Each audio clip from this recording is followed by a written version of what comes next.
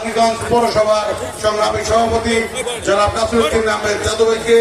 পরিচয় করে দিচ্ছি। বাংলাদেশ জাতীয়তাবাদী দল মানিকগঞ্জ জেলা শাখার সংগ্রামী সাংগঠনিক সম্পাদক রফিকুদ্দিন ভূঁইয়া আবুকে, দপ্তর সম্পাদক জেলা বিএনপি জনাব আরিফ হোসেন লিটনকে, প্রচার সম্পাদক শামীম আল মামুনকে, যুব দলের সংগ্রামী সদস্য সচিব তুহিনুর রহমান তুহিনকে, যুব বিষয়ক সম্পাদক বাংলাদেশ জাতীয়তাবাদী দল মানিকগঞ্জ জেলা শাখার রিয়াজ মাহমুদ হারেজ, জাতীয়তাবাদী যুব দল মানিকগঞ্জ জেলা শাখার সংগ্রামী সিনিয়র যুগ্ম আহ্বায়ক জিয়ামউদ্দিন আহমেদ কবির, যুগ্ম আহ্বায়ক অ্যাডভোকেট মাহবুব আলম উজ্জ্বল, শিবালয় উপজেলা বিএনপির সংগ্রামী যুগ্ম সাধারণ সম্পাদক আব্দুল হাকিম, শিবালয় উপজেলা জাতীয়তাবাদী যুব দলের সদস্য সচিব সোহেল রানা, বাংলাদেশ জাতীয়তাবাদী স্বেচ্ছাসেবক দল মানিকগঞ্জ জেলা শাখার সংগ্রামী আহ্বায়ক মোহাম্মদ জিন্না খান, সদস্য সচিব জাতীয়তাবাদী স্বেচ্ছাসেবক দল অ্যাডভোকেট রাকিব হাসান, জাতীয়তাবাদী ছাত্র দলের সংগ্রামী সভাপতি আব্দুল খালেক শুভকে, জাতীয়তাবাদী ছাত্র দল মানিকগঞ্জ জেলা শাখার সংগ্রামী সাধারণ সম্পাদক সিরাজুর রহমান সজীব সহ জেলা বিএনপি অঙ্গ সংগঠনের এবং শিবালয় উপজেলা বিএনপি অঙ্গ সংগঠনের যে সমস্ত নেতৃবৃন্দ এসেছেন সবাইকে আমি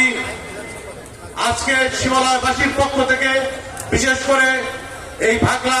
এই ওরসে যারা উপস্থিত হয়েছেন তাদের পক্ষ থেকে শুভেচ্ছা জানাচ্ছি। শিবালয় উপজেলার একটা ঐতিহ্যবাহী স্থান এই ভাগলা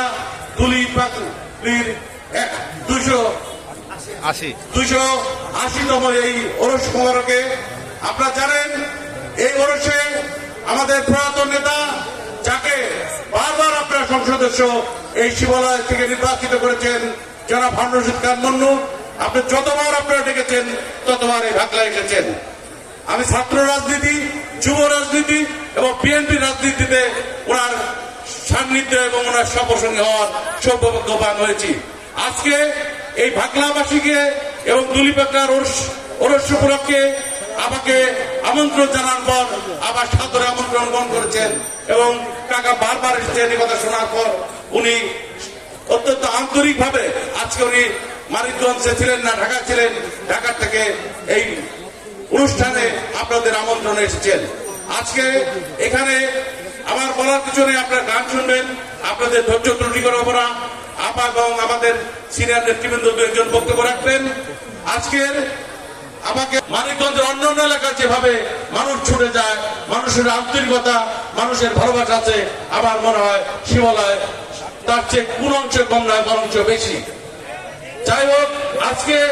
আপনি এই ভাগলায় এই অনুষ্ঠান আসার জন্য আমি শিবালয় উপজেলাবাসীর পক্ষ থেকে আপনাকে আন্তরিক ধন্যবাদ এবং কৃতজ্ঞতা জানিয়ে আমি আমার কথা শেষ করছি। এখন বক্তব্য রাখার জন্য অনুরোধ